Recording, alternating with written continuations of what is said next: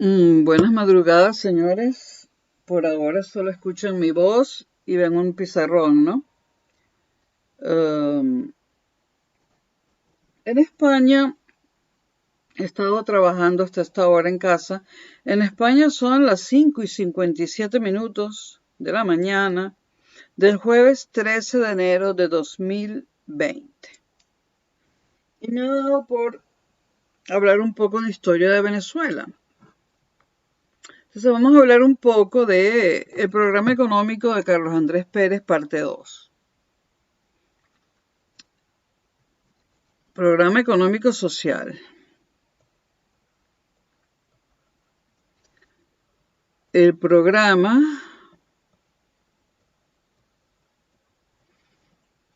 económico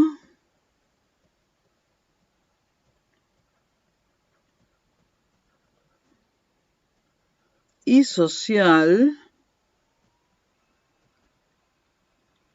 de CAP 2. Bueno, Carlos Andrés Pérez se gana las elecciones por segunda vez en su vida en 1988. Y toma el poder en febrero, creo, de 1900, febrero de 1900, sí, fue en febrero, de 1989.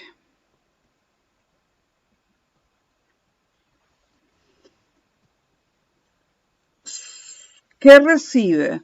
Recibe un país con una política de sustitución de importaciones.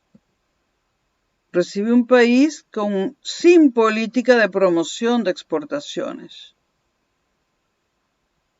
Esto es lo que recibe y no había. Esto, que es una mierda, sí había. Entonces, ¿qué era la sustitución de importaciones?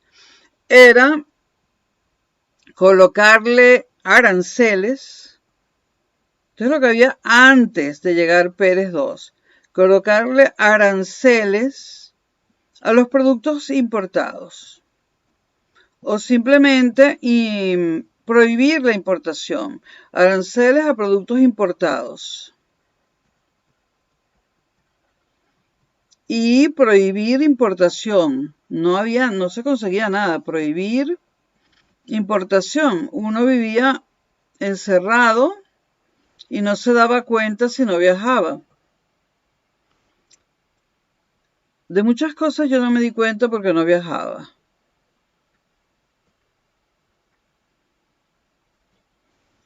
Prohibir importación, ¿para qué? Para que compraras productos nacionales, ¿no? Esto era antes de CAP 2.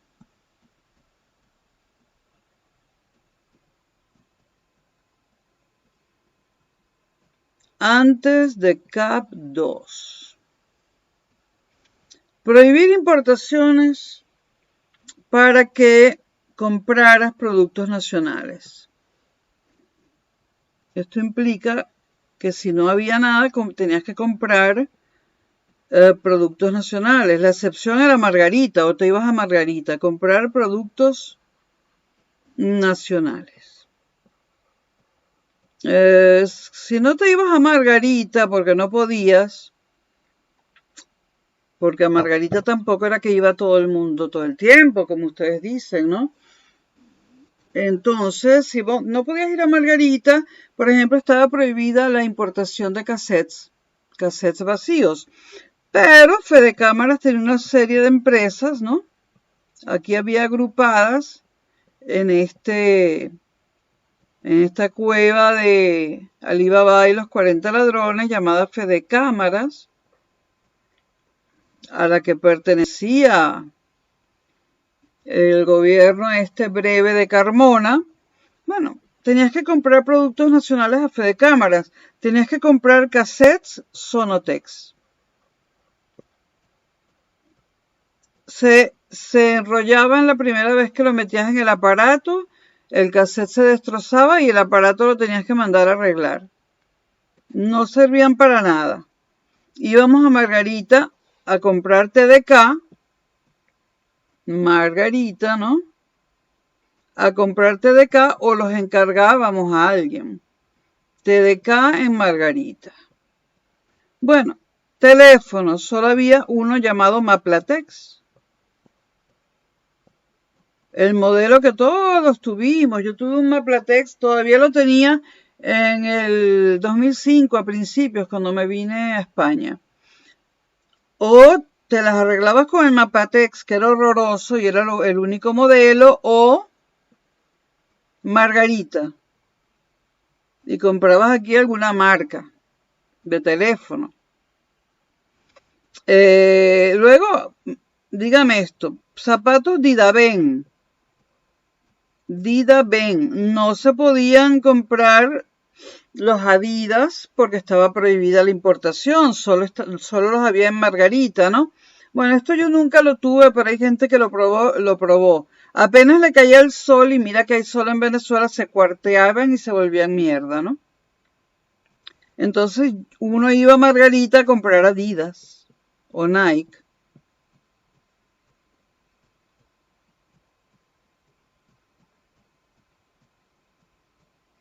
Esto quebró, la gente tampoco era tan tonta, ¿no?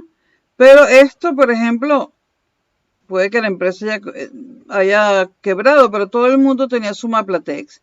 Esto también quebró porque es que no funcionaba, ¿no? Bueno, y así un montón de artículos de mierda. Se prohibía la importación para darle dinero a empresas venezolanas de privadas, ¿no? Que por supuesto le daban alguna recompensa monetaria a los políticos de turno y a los ministros de turno para que prohibieran la importación. Y el gobierno decía que prohibía la importación para que se produjese el producto en Venezuela, para incentivar la producción. No, señores, esto no incentiva la producción. Lo único que incentiva la producción de productos de calidad, y esto no era de calidad, sino que es que además no funcionaba, no servía. Prohibir la importación con empresas privadas subsidiadas, además había subsidios, no solamente había aranceles, sino que le daban subsidios a las empresas para que no quebraran. O sea, esta era la cueva de Alibaba y los 40 ladrones. Y yo no soy chavista, pero esta era la cueva de Alibaba y los 40 ladrones, ¿no?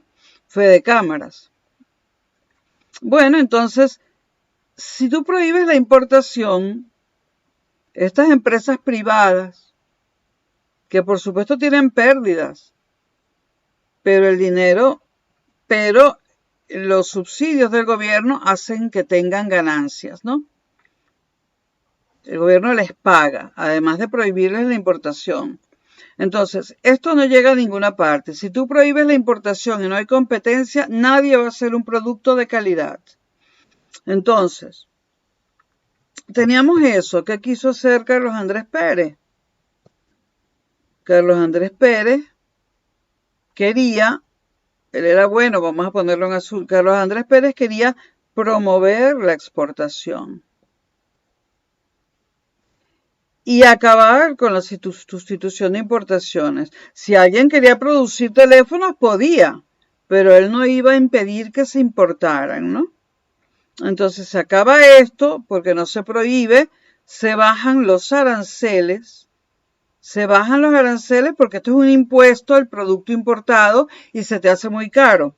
¿Qué pasó cuando llegó Pérez al gobierno? Bueno, que empezaron a aparecer en las tiendas teléfonos de todo tipo de marcas y tú decías, mira, hay Philips, coño, hay Samsung, mira, chama, mira esto, mira, hay TDK, hay 40.000 marcas de cassette, ¿no? Los que no viajábamos mucho.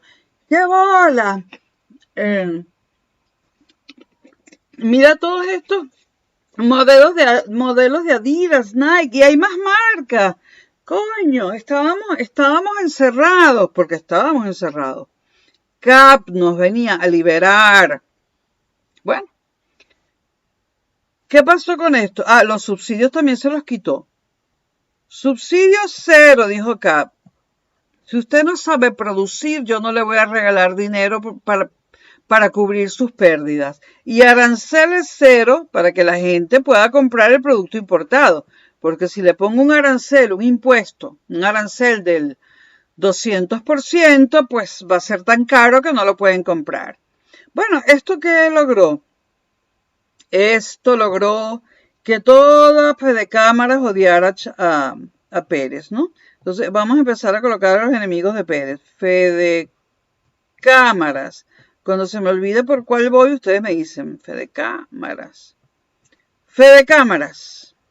Enemigo de Pérez. Se convierte en enemigo de Cap. Y eran amigos. Entonces le decían, pero bueno, ¿qué nos estás haciendo, Carlos Andrés?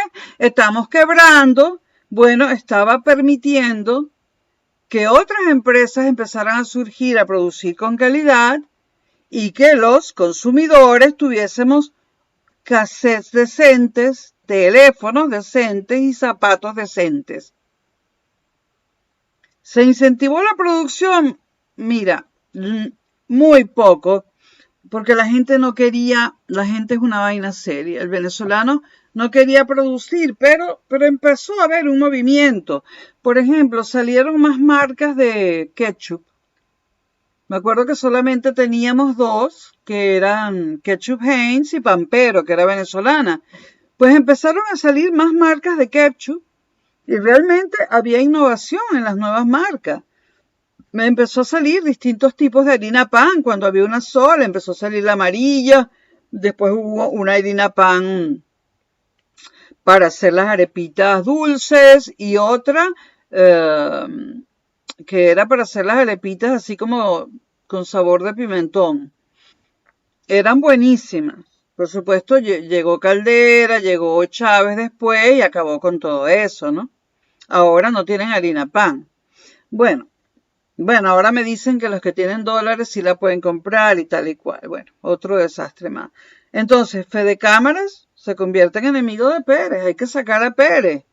Me dejó sin plata. Carmona era enemigo de Pérez. Esta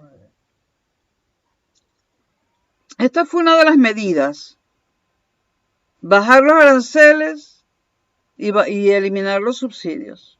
Yo no mantengo, cuando tú dices subsidio cero, yo no mantengo producto que no sea de calidad. Ahora, vamos a suponer que no hay ningún producto importado o que nadie nos quiere exportar productos. En ese caso, se hacía lo posible para que el producto se produjera en Venezuela.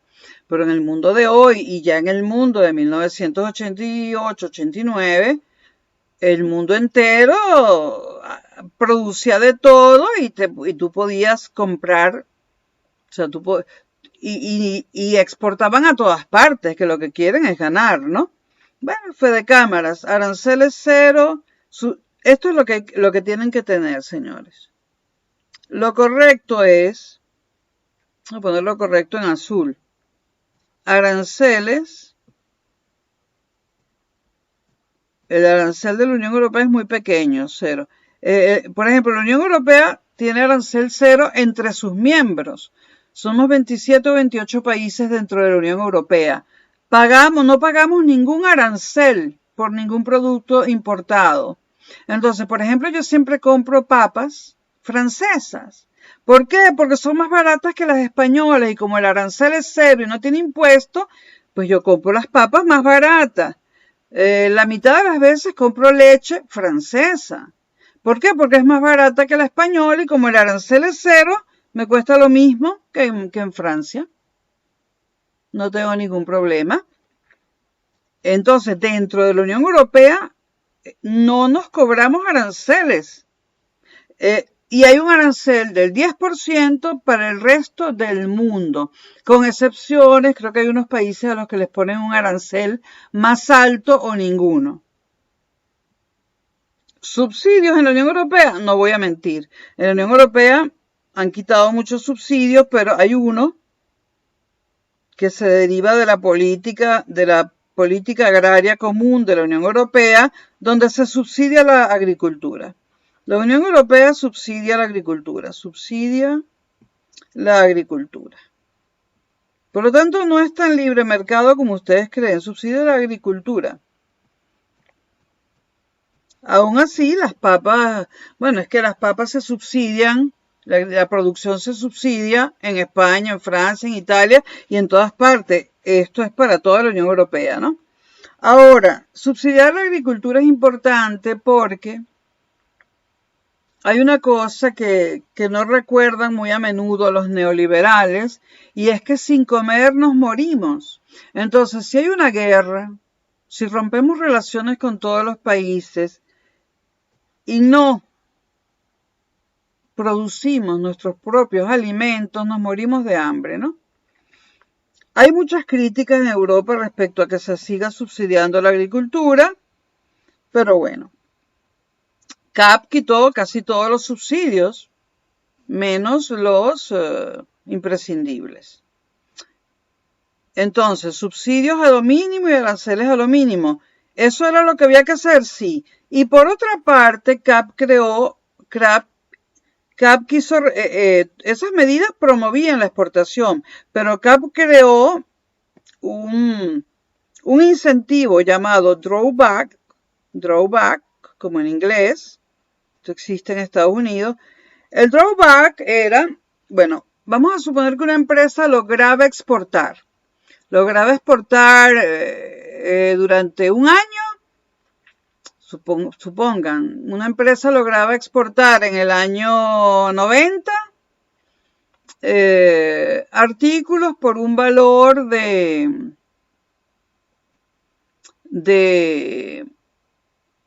X cantidad de bolívares o dólares. Pues una vez que el gobierno comprobaba que esas exportaciones se hicieron y que se cobraron los debidos impuestos a esas empresas por exportar, se les devolvía una parte de los costos para incentivar la producción de esta empresa, para incentivar la exportación hasta que la empresa se convirtiera en una empresa estable, hasta que no necesitara el drawback. Que Chávez dijo, ¿y por qué lo llaman en inglés? Bueno, porque lo inventaron los gringos, chicos. Entonces, el drawback, si tú tienes un país que no tiene empresas, al principio no logran salir adelante y exportar menos. Tienes que dar un incentivo. Una vez que la empresa está estable y exporta tranquilamente, tú le quitas el drawback. Pero, repito, además de la promoción de exportaciones, se estaba logrando y mucho con la disminución de los aranceles o casi la nulidad de ellos, lo mismo con los subsidios y acabando con la prohibición de la importación. Se podía importar de todo. Ya no había que ir a Margarita, ibas al centro comercial Chacaíto o a la tiendita de la española de Chacao que tenía un kiosquito y te comprabas ahí tu TDK. O sea, ya no había que ir a Margarita o a Miami. Bueno, entonces, esto le granjeó enemigos en Fedecámaras. Luego estaba la otra asociación, la de empresarios venezolanos con Estados Unidos. Ahora no recuerdo el nombre, que tenía algunas empresas que sí eran decentes, ¿no? Benecam, algo así, ¿no? No, bueno, había otra agrupación, además de Fedecámaras, otra agrupación importante que hacía negocios con Estados Unidos y sí tenía empresas que fabricaban cosas de calidad, aunque allí también había actos de corrupción. Podía mencionar ahora uno, pero Benecam creo, pero no tengo ganas. Bueno, se granjea como enemigos a todos Fedecámaras. Es decir, CAP se granjea de enemigos a los empresarios.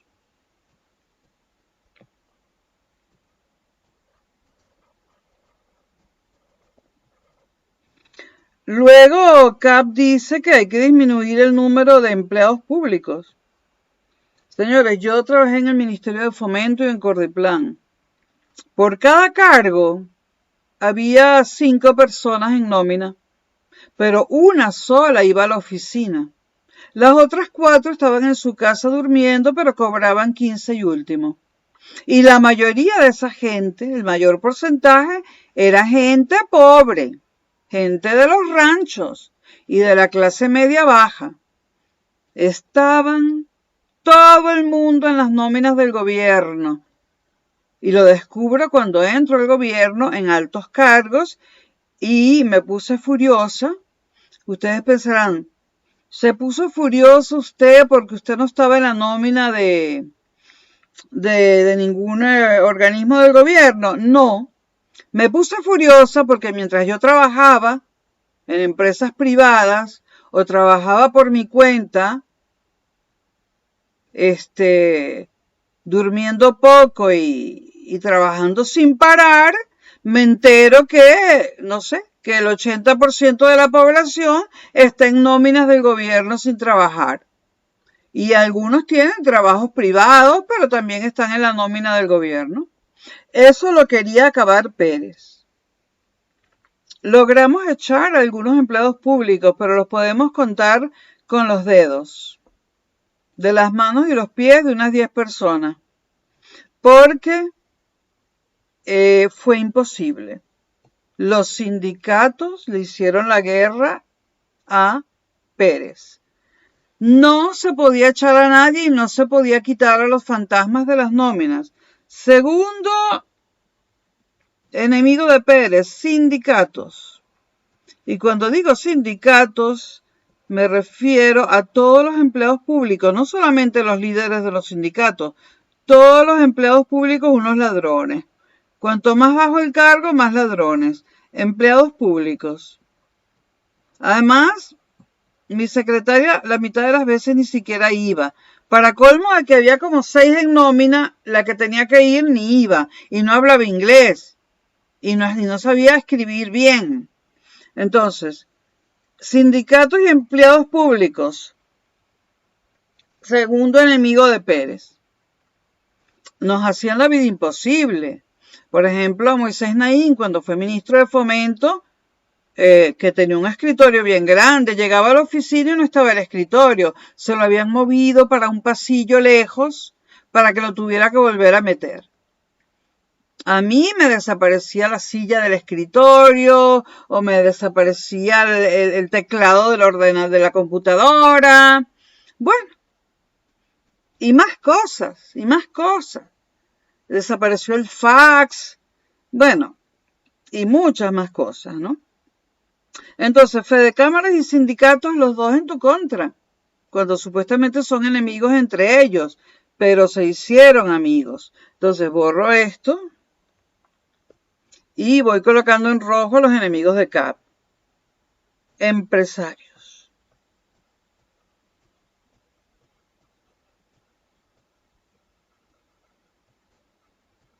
Sobre todo, fedecámaras.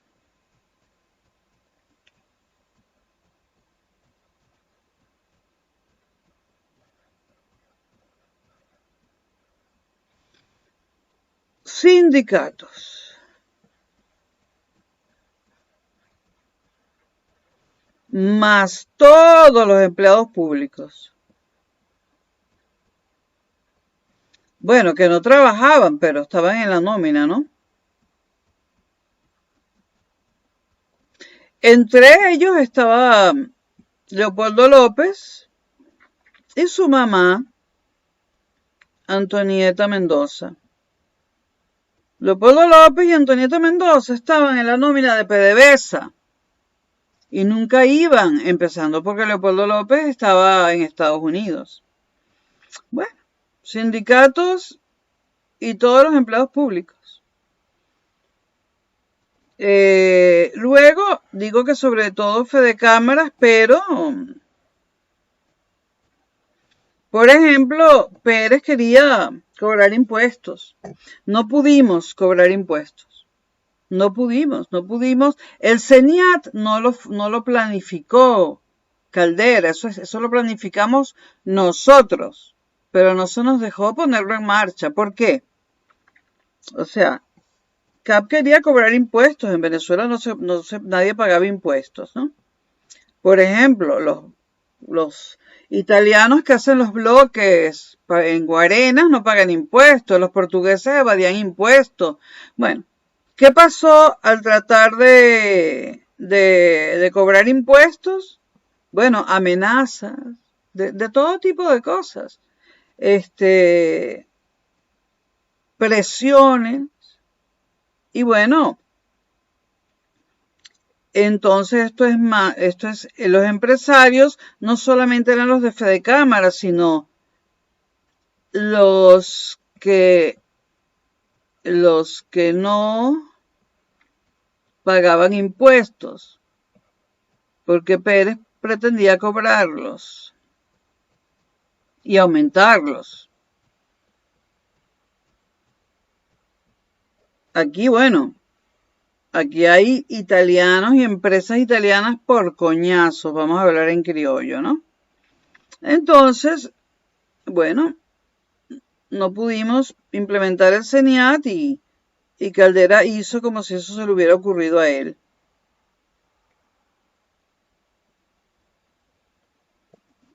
¿Cómo se le va a ocurrir a semejante subnormal algo positivo?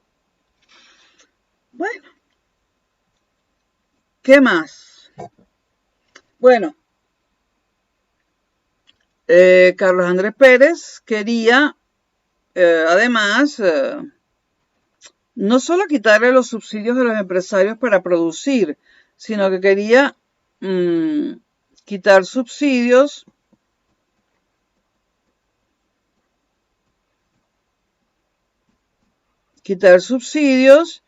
a lo que vendía Venezuela subsidiado desde que el petróleo llegó a ese país o apareció.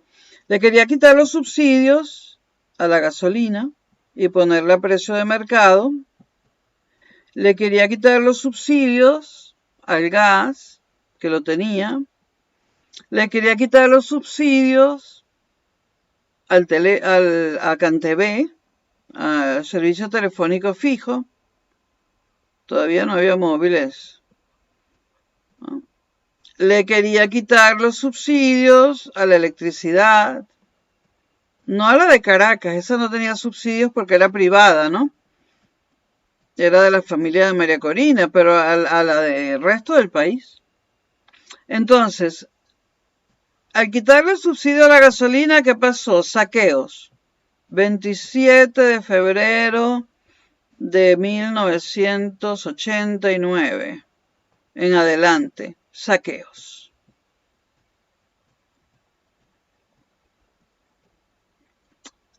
¿Qué hizo Caldera? ¿Qué hizo Carlos Andrés con los teléfonos? Privatizó CanTV, que era lo único que podíamos hacer. Los teléfonos no funcionaban. El que tiene mi edad lo sabe, no funcionaban. Tenías que mandar un mensajero para decirle a una amiga tuya que si se veían a las 5 para ir al cine juntas, porque los teléfonos no funcionaban y todavía no había móviles. Privatizó CanTV, se la vendió a Movistar, que antes se llamaba Telefónica, la empresa española. Y el servicio telefónico, es que apenas se la vendió a Telefónica, el servicio telefónico se arregló en menos de un mes. Aparecieron teléfonos públicos modernos por todos lados, en el metro, en las avenidas, con unas tarjetas maravillosas para hacer llamadas. Ya no había aquello que llamábamos tú levantabas el auricular y hacía un ruido que hacía un ruido. Yo lo llamaba la lluvia. Si tú levantabas el auricular y estaba la lluvia, no podías llamar. Y el 90% del tiempo más estaba la lluvia. Se acabó la lluvia, digitalizaron todo eso y los teléfonos comenzaron por fin a funcionar. Chávez revirtió este proceso. Esto fue Parece que ahí hubo algunas comisiones y tal, pero económicamente esto fue súper positivo. Porque no funcionaban, señores. La gente de mi edad lo sabe muy bien. Los teléfonos no funcionaban. Bueno, ¿aumentó el precio del teléfono, de las llamadas? Por supuesto. Si tienes un servicio de calidad. O sea, aquí pagábamos poco, pero no servía. No funcionaba.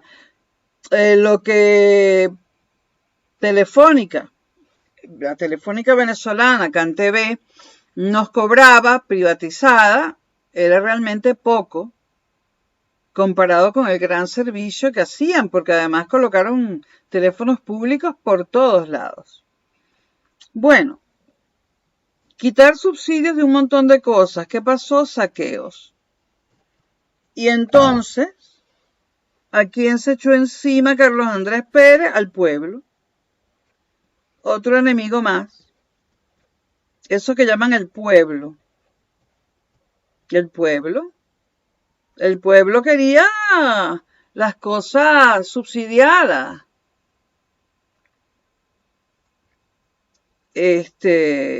Ahora están subsidiados.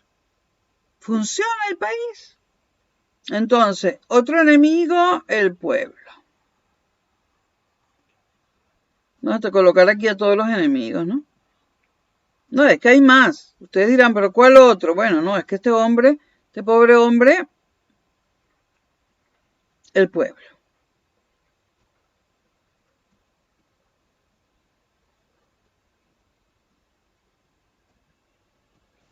Ese fue otro enemigo. Luego, Carlos Andrés Pérez quiso paliar al quitarlo, o sea, al poner la gasolina a precio de mercado, que finalmente la tuvo que poner barata, porque volvían a saquear el país, él pretendía, y eso estaba en el plan de gobierno, lo tengo aquí en España, él pretendía dar ayudas sociales. Él creó el subsidio de la habitacional, no me acuerdo cómo se llamaba, el subsidio, no era subsidio, pero bueno, el no sé qué habitacional,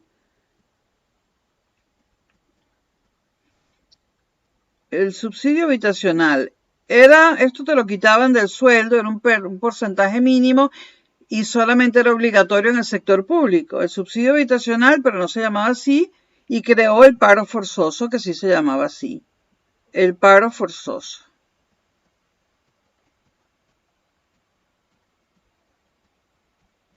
Y entonces, ¿qué pasó? Bueno, cuando dijo lo del paro forzoso, que era hacer como en España, darle una cantidad mensual a los desempleados hasta que volvieran a encontrar trabajo. Bueno, eso molestó a las clases altas, molestó a los ricos, dijo, no, pero les van a pagar sin trabajar. Entonces, ¿a quién se echó encima? A los ricos. Y el pueblo eran los pobres, ahora también los ricos. No, eso no. Tú no vas a regalarle la plata sin trabajar. ¿Ves? Los ricos también. ¿Qué pasó con la política habitacional? La gente no quería. Respecto a estas dos cosas, además, los empleados públicos no quería que le sacaran esto del sueldo, que era un mínimo porcentaje, porque a mí me sacaban un porcentaje pequeñito. No, porque querían el sueldo completo y que le dieran el paro forzoso sin tener que pagarlo, porque cuando aquí en España se paga, tú pagas una cantidad bastante grande cada mes para que si quedas desempleado te den el paro. Se paga. No querían pagarlo a los empleados públicos. No, porque para los privados era electivo, podían elegir si querían o no. No lo querían pagar. Ellos querían, cuando estuviesen desempleados, pues cobrar sin haber pagado nunca el paro. Se paga en España y se paga carísimo. Respecto a esto, querían viviendas gratis y no iban a pagar ningún impuesto para que se fabricaran. Bueno, entonces, pueblo y ricos en contra, ¿no? Las medidas sociales Alguna gente llegó a cobrar el paro forzoso. Yo conocí a alguna gente que lo llegó a cobrar, pero enseguida vino la corrupción y no había dinero en las arcas y no se pudo seguir pagando y la cuestión habitacional pues se quedó en las buenas intenciones porque ustedes saben que en el 92 hubo golpes de Estado, estuvimos acorralados, antes del 92 ya estábamos acorralados, no nos dejaron aplicar las medidas sociales, pero Pérez sí tenía medidas sociales, además de medidas sociales, además de que seguía existiendo la seguridad social, aunque funcionara mal, esto es seguridad social, no las SS. Y además, bueno, algunas cositas se hicieron. De no haber habido enemigos, se pudo haber hecho. ¿Qué más quería hacer Pérez? Bueno, vamos a hablar de la corrupción. Vamos a hablar de la corrupción. Bueno, la corrupción no lo dejaba gobernar.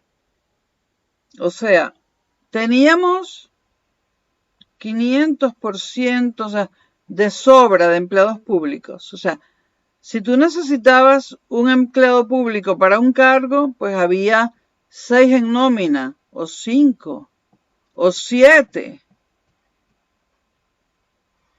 ¿Esto cómo se llama? Corrupción. Pero es que había todo tipo de corrupción. Luego las licitaciones.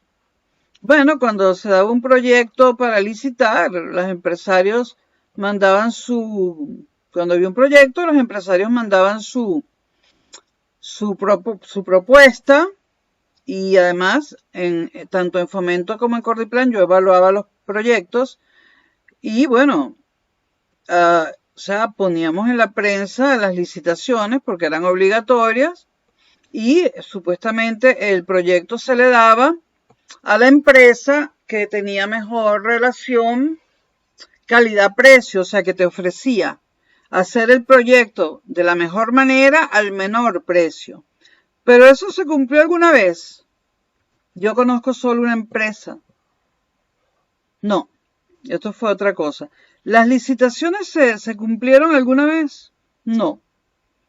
Yo vi cómo los empresarios mandaban 5 o 6 proyectos para hacer una obra y mi jefe, uno de ellos me decía, ¿no? Ya yo he dicho esos nombres miles de veces. Uno de ellos me decía, pero bueno, ingeniero Seijas, aquí hay 4 empresas, ¿verdad? ¿Usted conoce a estos? Le digo, no, pero el proyecto es bueno, pero no los conocemos. ¿Conoce a estos? No, pero habría que evaluar el proyecto para ver. No, no los conoce, no. ¿Conoce a estos? No, yo tampoco, no. A estos no. Mire, solamente conocemos a estos, que son nuestros amigos. Estos se llevan el proyecto. Entonces, corrupción en el exceso de empleados públicos, corrupción en la entrega de licitaciones, porque tú le dabas esta licitación a alguien, ¿no? A una empresa. Pero la empresa, a cambio de eso, le daba al dueño del banco público, porque había banca pública adscrita al Ministerio de Fomento, pues al gerente de esa banca pública, había muchas, Banco Industrial, Fintech, que yo trabajé en Fintech, Foncrey, todos estos daban créditos. Y además lanzaban licitaciones. Bueno, el caso es que le daban la licitación a los conocidos. Y tenían que dar créditos y no se los daban a nadie que no conocieran, ¿no? Entonces, venía una persona con un gran proyecto y pedía un crédito y le decían, lo vamos a evaluar, me lo mandaban, yo lo evaluaba, vamos a suponer que el proyecto era excelente, yo le decía a mi jefe, buenísimo el proyecto, aquí está la evaluación financiera, la económica y la técnica.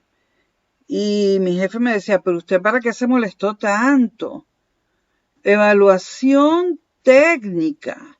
¿Pero para qué lo queremos evaluar técnicamente, ingeniero Seijas? Y yo, para ver si funciona el aparato. Doctor. Ah, esto no, a mí no me interesa, me decía. Luego la evaluación económica. Me decía mi jefe, ¿para qué lo queremos evaluar económicamente? Yo, para ver si el proyecto, aunque no sea demasiado bueno, trae cosas buenas de índole social como generación de empleo, mejora del medio ambiente. Mi jefe le entraba un ataque de risa. Mejora el medio ambiente. ¡Ay, no me hagas reír! Ingeniero Seijas, no me hagas reír. Entonces me decían, ¿qué fue lo otro que me dijo? Y yo le digo, generar empleo. ¡Ah! ¿Empleo para qué? ¿Para qué? Si los metemos en la nómina y se acabó. Bueno, tampoco. Y la evaluación financiera, que era la típica evaluación capitalista, ¿no? Y me decía, ¿para qué queremos evaluarlo financieramente? Bueno, para saber si da pérdidas y las va a dar siempre, si no tiene caso hacerlo. ¿Y qué importa que dé pérdidas? Tampoco quería esta. ¿Qué importaban las pérdidas si esta plata se la iba a dar a un amigo que a su vez le iba a dar a él, un amigo empresario que a su vez le iba a dar a mi jefe una comisión? ¿Qué importaba esto? Porque si el pueblo no importaba, ¿qué es eso de ayuda? ¿Qué es eso de beneficios sociales? ¿Para qué la evaluación económica? ¿Y qué importa si funciona o no? Lo importante es que yo se lo dé al empresario que me da mi comisión. Corrupción. Corrupción, pero ustedes no se imaginan cuánta, y ya en tantos años se me ha olvidado, en 30 años se me ha olvidado, porque la había de todo tipo. Yo me acuerdo una época en que mi jefe durante un año me dijo, no tienen que ir a comer fuera, vamos a almorzar. Trabajábamos en la Torre La Primera y había unas oficinas de fomento. Vamos a pedir todos los mediodías que la casa de comidas, había una famosísima casa de comidas que le preparaba la comida a todas las grandes bodas y fiestas que había en Caracas y que quedaba en el Country Club. En la avenida que sale del Country Club a Chacaíto. Bueno, durante un año él pidió la comida a la casa de fiestas y yo me acuerdo que comíamos todos en una mesa enorme y comíamos, bueno, los postres eran la ensalada. Había una ensalada que era de manzana con higos, con almendras, yo no me acuerdo, con una salsa espectacular, una salsa de ostras. Bueno, comíamos de lo mejor ese año. Comíamos de comida de casa de fiesta, lo que hoy en día llaman catering, pero catering de lujo. ¿Por qué? Porque a mi jefe se le ocurrió. Aunque yo a veces prefería irme porque no quería departir con ese montón de ladrones. Verles la cara era bastante fastidioso, ¿no? Pero había más corrupción, ya se me ha olvidado. Bueno, el caso es que bueno, también había, porque hay cosas que también son corrupción. ¿Qué otras cosas son corrupción? Bueno, la ineficiencia. Si tú tienes una persona que no sabe hacer el trabajo, ineficiencia. Esto es corrupción. Ineficiencia, ineficacia.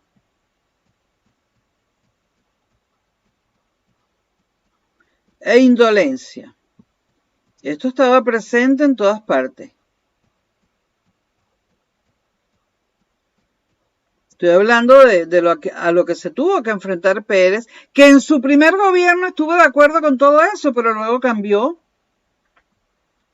Se volvió bueno y lo jodieron. ¿Qué es la ineficiencia? Que alguien haga una cosa medio mal hecha, no queda perfecta.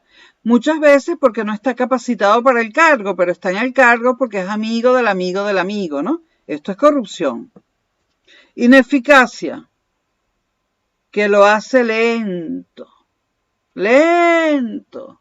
Esto es corrupción en todos los países del mundo. Indolencia, que le importa un coño, no lo hace. No lo hace. Bueno, había trabajo. Cuando yo llegué a mi cargo en FinTech, había trabajo atrasado de unos 12 años. Y cuando abro un cuartito donde estaban los expedientes para ponerlos al día, estaban hasta el techo, se me vinieron todos encima y me aplastaron. Entonces viene una secretaria y me dice, ¿qué hace, señora Concha? Yo le digo, buscando los expedientes que hay que evaluar, mira todos los que hay. Y yo tenía a mi cargo 3 evaluadoras de proyectos. Entonces me miran así de reojo y me dicen, eso no hay que evaluarlo, ¿no? Y yo les digo, sí, aquí llegué yo, eso está atrasado y hay que evaluarlo. Hay que evaluar eso y todo lo que venga. Así que yo les voy a poner a cada uno de ustedes 5 proyectos por semana y evalúan uno por día, que no es tanto. Bueno, no lo hicieron y las despedí a las 3. Y después me regañaron porque resulta que si tú despedías a alguien que tenía no sé cuántos años ahí sin hacer nada, le tenías que dar triple liquidación, más liquidación por esto, más no sé qué por perjuicio, más esto, más aquello. Salieron millonarias. Entonces, esto de no hacer las cosas era lo que más abundaba. Bueno, señores, cuando recuerde más cosas, pero corrupción era por todos lados. Por ejemplo, ministerios que no hacían falta, instituciones adscritas a ministerios que tampoco hacían falta. Bueno, María Corina tuvo un cargo en el gobierno de Pérez porque ella estaba trabajando como ingeniero para su familia y no le gustan las fábricas. A María Corina no le gustan las fábricas, aunque su familia las tiene, ¿no? Entonces, María Corina le consiguieron ahí un trabajo jalándole bolas a Pérez, o a lo mejor sin que Pérez supiera, porque Pérez no se enteraba ni de la mitad de las cosas, todo se lo ocultaban. A María Corina la pusieron de gerente de una guardería infantil del gobierno en Los Chorros. ¿Qué hace un ingeniero industrial de presidente de una guardería infantil en Los Chorros? Bueno, pregúntenle a María Corina. Entonces, esto sí era horrible. Corrupción, vamos a ponerlo, es que había muchísima. Bueno, en el sector militar también compraban aviones que no volaban, rifles que no disparaban, las famosas bombas que no explotaron el 27 de noviembre del 92 y nos salvamos porque no explotaron porque habían sido compradas defectuosas. Bueno, entonces miren, ahí están ya lleva 5 enemigos Pérez, los empresarios, los sindicatos, que supuestamente se enfrentan entre sí, pero en este caso se unieron contra Pérez. El pueblo y los ricos, pobres y ricos unidos contra Pérez. La corrupción. Luego, Pérez, no hay apertura económica si no hay una banca extranjera. Si tú no permites banca extranjera, no hay apertura económica, ¿no? Entonces él quería dar permiso no de que bancos extranjeros compraran bancos venezolanos, como fue el caso de el Consolidado, que lo compró Corbanca, que es una corporación chilena. No, era permitir que hubiera sucursales del Banco Santander, del banco, pero no mediante compra, del Bilbao Vizcaya, eso fue mediante compra y no, eso no era lo que quería Pérez. Que hubiera sucursales de todos los bancos que quisieran poner una sucursal en Venezuela, ¿no? Bancos colombianos, bancos europeos, cualquiera, ¿no? Bueno, cuando él intentó implementar esto, llamadas de medianoche, los banqueros llamando a Pérez, los banqueros venezolanos, los banqueros le dijeron a Pérez, si tú nos traes competencia extranjera de otros bancos, te tumbamos. Sexto enemigo, los banqueros. Repito, tener banca extranjera no significa que un banco venezolano, que un banco extranjero compre un banco venezolano, no. Significa que, por ejemplo, un banco francés, pongamos, por ejemplo, el Crédit Lyonnais, que es muy famoso, significa que el banco Crédit Lyonnais, un banco francés, pues abra sucursales en Venezuela. Había conversaciones, por ejemplo, con el Crédit Lyonnais. Por ahí estábamos empezando, pero los banqueros dijeron no o te tumbo. Bueno, el alto mando militar estaba preocupado porque tenía muchos años comprando armas que no funcionaban, tanques que no servían, comisiones en los uniformes, se pagaba un precio por los uniformes militares exageradísimo a cambio de unos uniformes de mierda y el resto era la comisión que se metían los militares, ¿no? Estos eran alto mando militar, ¿no? Entonces, séptimo enemigo, aunque intentaron salvarlo en los golpes, porque no se esperaban, bueno, cierto, no todos, cierto alto mando militar. Hablo de coroneles y generales, alto mando militar. Pero él no pensó que tenía enemigos en los comacates, como se les llama, comandantes, o sea, cierto alto mando militar fue su enemigo también. Y él no lo sabía, pero los comacates también eran sus enemigos. De hecho, dieron 2 golpes de estado en el 92. Comacates, comandantes, capitanes y tenientes. Comandantes, capitanes y tenientes. Entonces, 7 más 8 son todos los militares en contra. Militares. ¿Y qué otro enemigo? No me digan que no los... Otro enemigo era la Iglesia Católica. La Iglesia Católica nunca quiso a Pérez porque Pérez era ateo. Además, Pérez dijo que iba a dejar de darle dinero a la Iglesia Católica porque en Venezuela había más iglesias, estaba la iglesia protestante y se mantenía a sí misma. A las iglesias protestantes las mantienen sus feligreses en Venezuela. Entonces, y el gobierno no les da dinero. Entonces, ¿por qué dárselos a la católica, que es cristiana, y no dársela a los protestantes, que también son cristianos? Entonces, como solo la cobra una, quitárselo a la única que lo cobra, ¿no? ¿Acaso los judíos, el gobierno los subvencionaba, no? Y los judíos construían sus sinagogas con su dinero, no con el dinero del gobierno. Y los musulmanes pues construyeron la mezquita esa enorme de Bellas Artes, que es la más grande de América Latina, con su propio dinero. Tampoco se la regaló el gobierno. ¿Por qué tenía que regalárselo a la Iglesia Católica? Le dijo Pérez a los curas: les voy a quitar el subsidio y que el pueblo, si quiere, los mantenga. Porque como ellos tienen ahí las velitas que la gente enciende, señores, no enciendan esas velitas. A ellos les paga el gobierno todavía para tenerlos con ellos. No enciendan esas velitas. Si esa gente se mete un dineral proveniente del petróleo, no enciendan velas en las iglesias católicas. Bueno, llevan 9 enemigos, Pérez. Y después estaban los notables, que de notables no tienen nada, los pseudointelectuales, los hijos de puta, los notables, unos resentidos. Y el principal notable era Arturo Uslar-Pietri, que siempre odió a Pérez. Después de los saqueos, Uslar-Pietri formó el famoso grupo de los notables y obligó a Pérez a retroceder en el plan económico.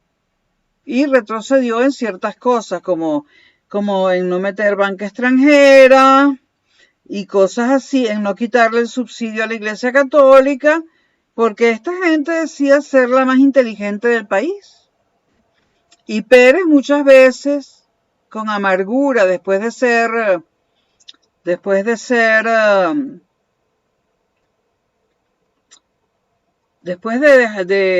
destituido, dijo: no tenía que haberle hecho caso a los notables. Y aquí estaba metido Caldera. Ahora, ¿qué le pasaba a Uslar Pietri con Pérez? Primero, lo odiaba porque era solo bachiller. Segundo, Paulina Gamus hizo un retrato muy certero de Uslar Pietri. Uslar Pietri, señores, no es ningún intelectual, es un hijo de puta, es un pseudo escritor. Ya grabaré algún video sobre Uslar Pietri. Entonces, Uslar Pietri, el gran intelectual, el único intelectual venezolano, el genio, que no lo es, que no es nadie, que nunca lo fue, ya sé que está muerto, bueno, quería ser, él fue candidato a la presidencia de Venezuela. Él no podía soportar que un bachiller fuese presidente de Venezuela y él no. Lo odiaba. Luego Caldera odiaba a Pérez, porque Caldera quería ser el gran hombre de Venezuela. Caldera nunca tuvo proyección internacional y Pérez sí. Pérez, antes de ser presidente por segunda vez, era vicepresidente de la Internacional Socialista. A Pérez lo conocía toda Europa. Todos los presidentes europeos eran amigos de Pérez. Todos los presidentes norteamericanos eran amigos de Pérez y muchísimos presidentes latinoamericanos eran amigos de Pérez. Pérez era amigo del mundo. ¿Y qué le conviene a un país? Ser amigo de todos los demás países, señores. Igual que a una persona, a uno no le conviene tener enemigos, sino amigos, para hacer negocios, para tener compañía, para ayudarse, ¿no? Entonces, estos señores, la envidia los mataba. No solo la envidia, el odio. El odio. Y en esa lista hay más gente, ¿no? Y luego hubo otro que no se esperaba a Pérez, que fue el Poder Judicial. Que el Poder Judicial, en su más alta magistratura, en la famosa e inexistente Corte Suprema de Justicia, que ya no existe, ahora es Tribunal Supremo, en la Corte Suprema de Justicia, la Corte Suprema de Justicia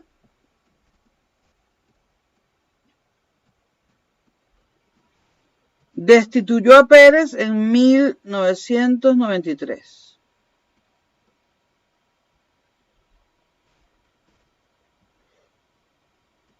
¿Por qué? Porque también estaban en el ajo. Todo el mundo estaba en el ajo. ¿Por qué lo destituyeron? Tuvieron que inventarse algo. En Venezuela existía algo llamado la partida secreta. Era un presupuesto que se le daba al presidente y que él podía disponer de él libremente, sin decir para qué lo iba a usar. Es decir, podía disponer de ese presupuesto discrecionalmente. Entonces, la partida secreta se podía disponer de ella el presidente discrecionalmente. Y esto lo tuvieron todos los presidentes de la Quinta República, partida secreta. Solamente el presidente la podía usar y decidir sin preguntarle a nadie para qué la usaba. ¿Para qué la usó Pérez en su primer gobierno? Porque lo juzgaron por el primer gobierno y eso no puede ser retroactivo, pero la Corte Suprema de Justicia hizo lo que le dio la gana. Además, en 1993 en el país hubo un carro bomba, los cajeros automáticos volaban con bombas por los aires, las casas de Acción Democrática, ¡ay, se me olvidó eso!, volaban por los aires con bombas también. Había sobres bombas, ya nadie quería abrir una carta porque podía ser una bomba. Ese fue un año muy violento, ¿no? Entonces, la partida secreta en su primer gobierno, Pérez la usó para financiar a los contras. ¿Quiénes eran los contras? Los que luchaban contra los sandinistas en Nicaragua. Los contras la usó Pérez para financiar la partida secreta en su primer gobierno del 73 al 78. La usó Pérez para subsidiar a los contras.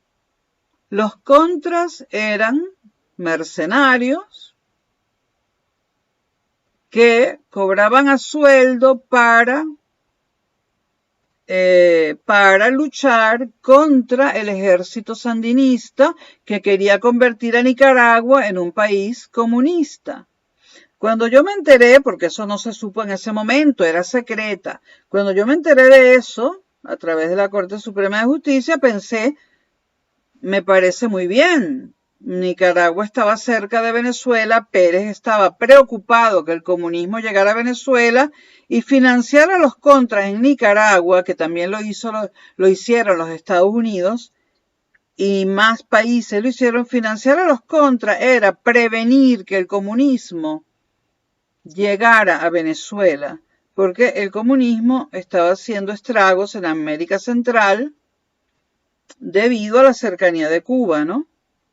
Entonces, Pérez nos protegió del comunismo y el resultado, ¿cuál fue? Lo destituyeron. Porque dijeron que no se podía usar para eso. La ley era clarísima, la podía usar para lo que le diera la gana. Lo destituyeron. Y se me había olvidado otra cosa. Pérez tuvo en su gobierno personas como yo. Personas que no somos políticos. Yo no soy política, digamos, de profesión, de oficio. Yo nunca he militado en un partido político. Voté por ADE, pero no siempre. Por Carlos Andrés parte 2 sí voté. No siempre voté por Acción Democrática, pero yo me sentía cercana, aunque sabía que todos los partidos políticos estaban corrompidos, a los que más me sentía cercana por ideología era Acción Democrática y el MAS. Entonces, Carlos Andrés Pérez contrata gente que no pertenece a ningún partido político, como yo, y todos los egresados del IESA que trabajamos allí. Y egresados de Harvard y de muchas universidades norteamericanas y de Europa, venezolanos todos, por supuesto. Moisés Naim era doctor por el MIT, Miguel Rodríguez era doctor también en economía, Ricardo Hausmann, presidente del Banco Central, era doctor en economía por Harvard, no, por una universidad que está cerca de Nueva York, pero él tiene muchos años siendo profesor de Harvard. Bueno, se buscó lo mejor de lo mejor y Moisés Naim no militaba en ningún partido político, ni tampoco Ricardo Hausmann. Miguel Rodríguez militaba en el MAS, pero claro, su Acción Democrática no le gustaba porque no era de ECO.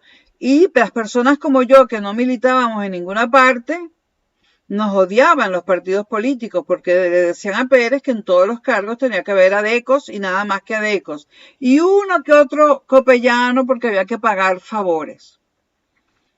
¿Por qué estaba yo ahí? Por meritocracia, o sea, porque yo era eso que llaman un tecnócrata, ¿no? Los tecnócratas arreglamos problemas técnicos.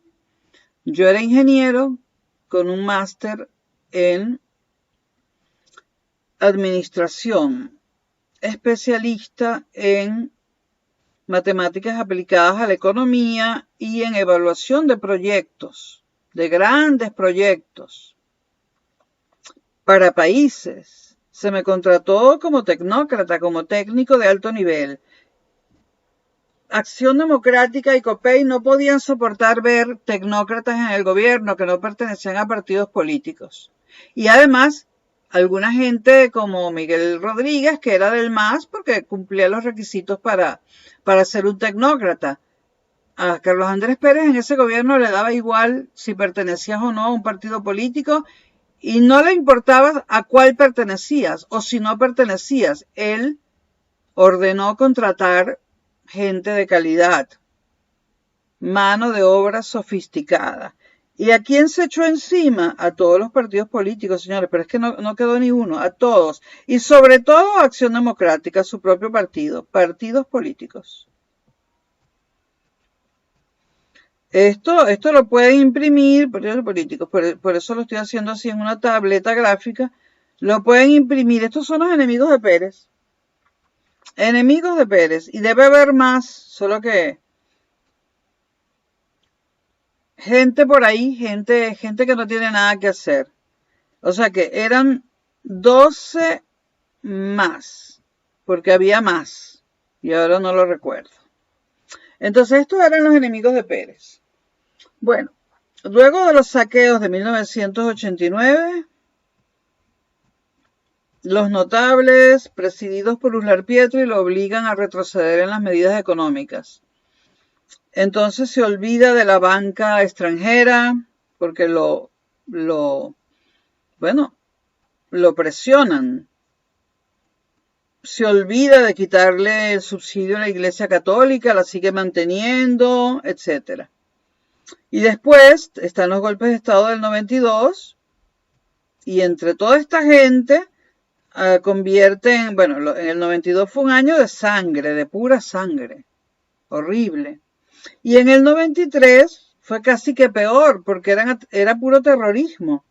Entonces crearon a propósito todos estos enemigos un ambiente en el que no se podía vivir. En 1993, el primer acto de terrorismo fue un empleado público que recibió un sobre de Manila, lo abrió, era una bomba y perdió la mano.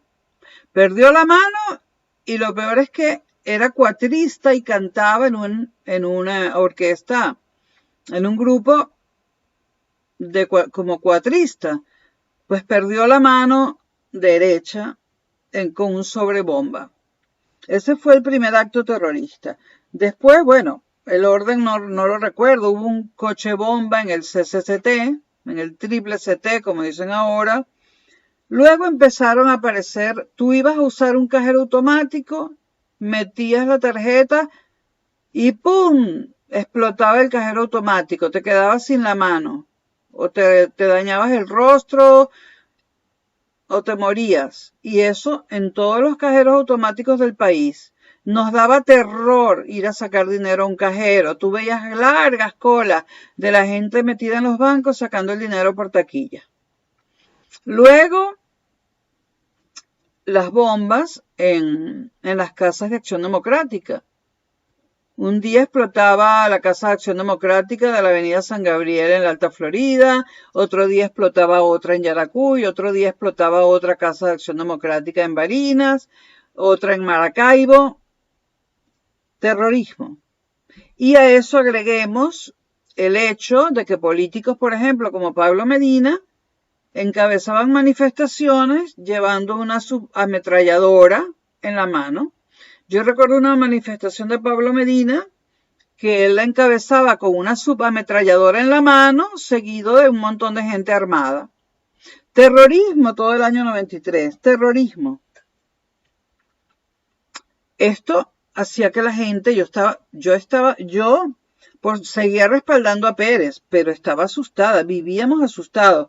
Hubo muchas alertas en el metro, alertas de bomba, muchas veces tuve que salir por los pasillos. Afortunadamente nunca hubo una bomba que explotara en el metro, que yo recuerde, pero cuando teníamos que salir por los pasillos, hubo gente que murió ahogada, sin poder respirar, porque por los nervios las personas las personas pasan unas por encima de las otras, y entonces viene por los nervios y bueno, eso sucedía en el metro, y entonces a veces hasta me montaba en un carrito por puesto y tardaba el triple, porque no quería la alerta de bomba en el metro, porque me asustaba, porque las bombas matan, ¿no? Y mutilan.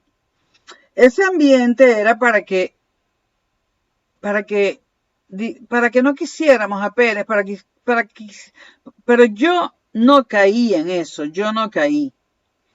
Bueno, cuando la Corte Suprema de Justicia lo destituyó, Pérez habló ante el país y dijo aquella famosa frase: hubiese preferido otra muerte.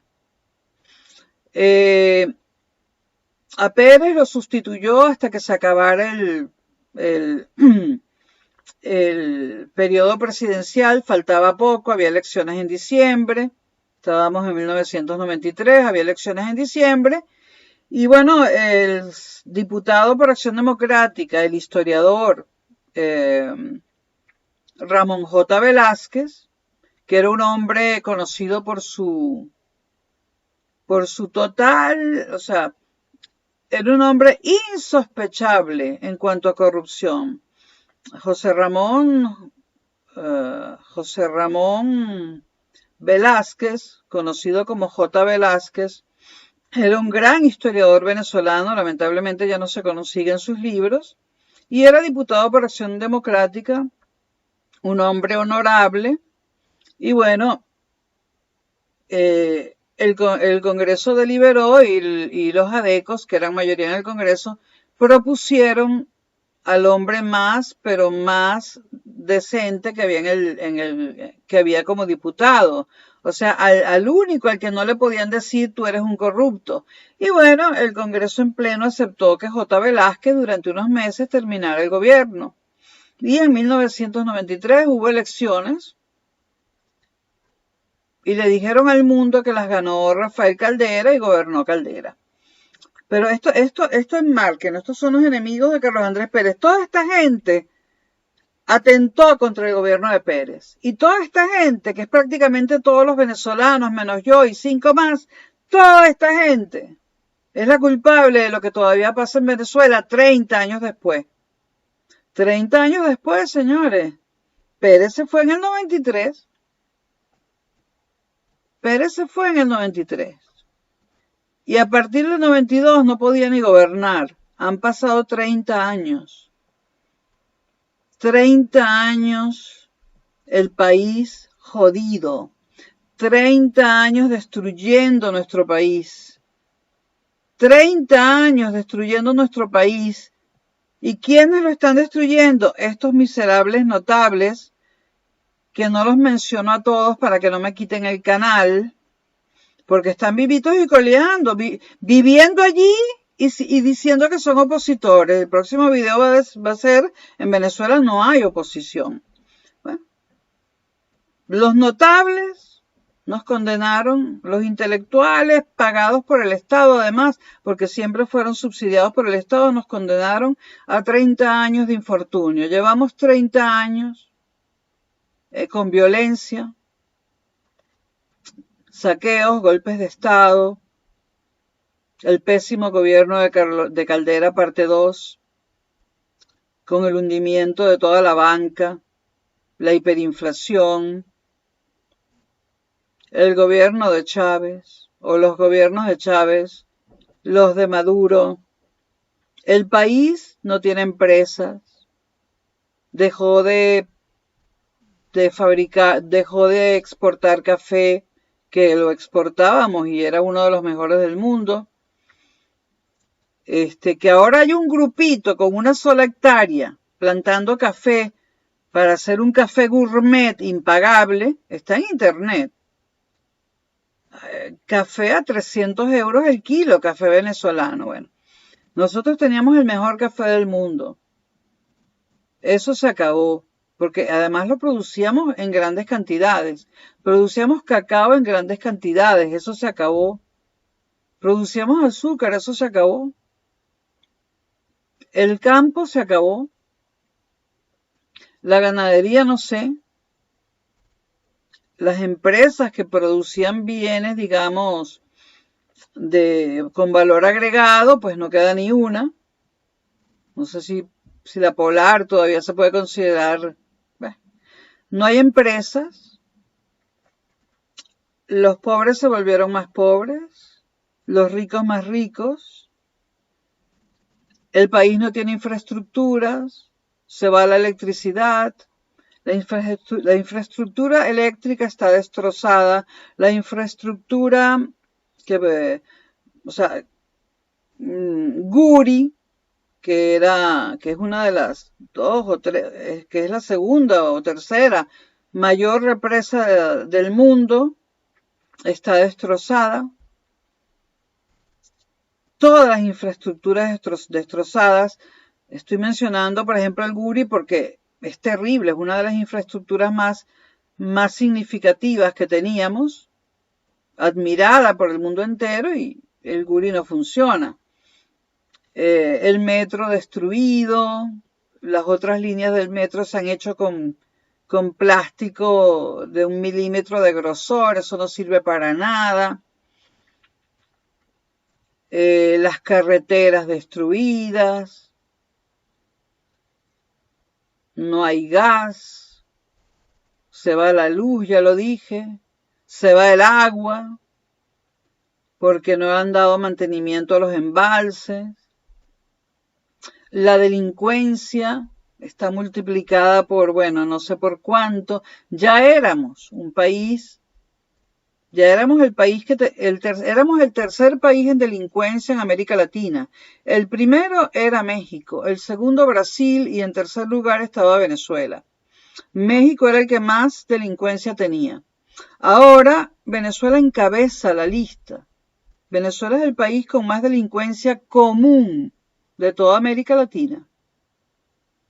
Y si a eso le agregamos la delincuencia del gobierno, además no es solamente el país con mayor delincuencia común de América Latina, sino del mundo. Estoy diciendo que es el país con mayor delincuencia común del planeta, señores, del planeta. Recogida la información por todas las organizaciones internacionales. No creo tampoco que haya país que le quite a Venezuela el número 1 en corrupción. La corrupción, el chavismo, la revolución bolivariana la multiplicó por un número inimaginable.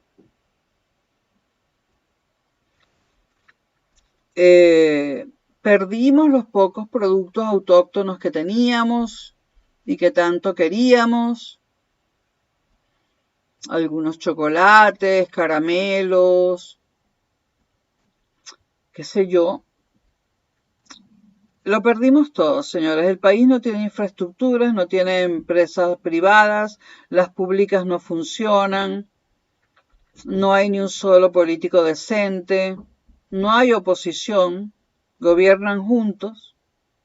O sea, la mierda de la cuarta se sumó a la hipermierda de la quinta y todo el país es pura corrupción.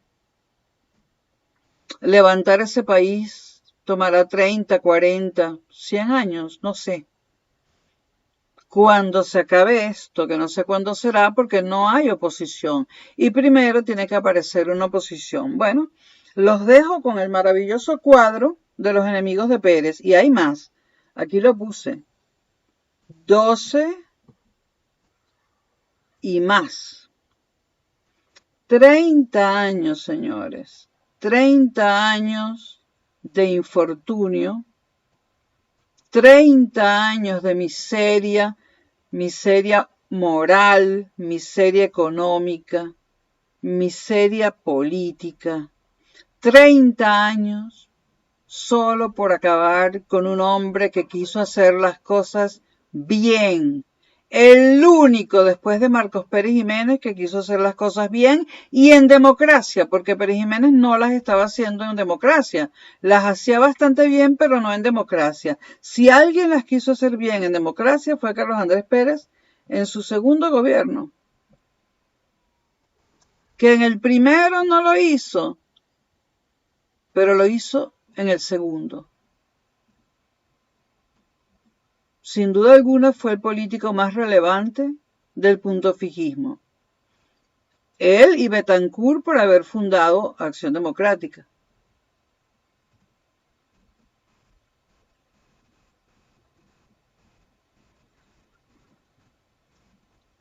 Y bueno, los dejo con este paisaje. Hasta pronto.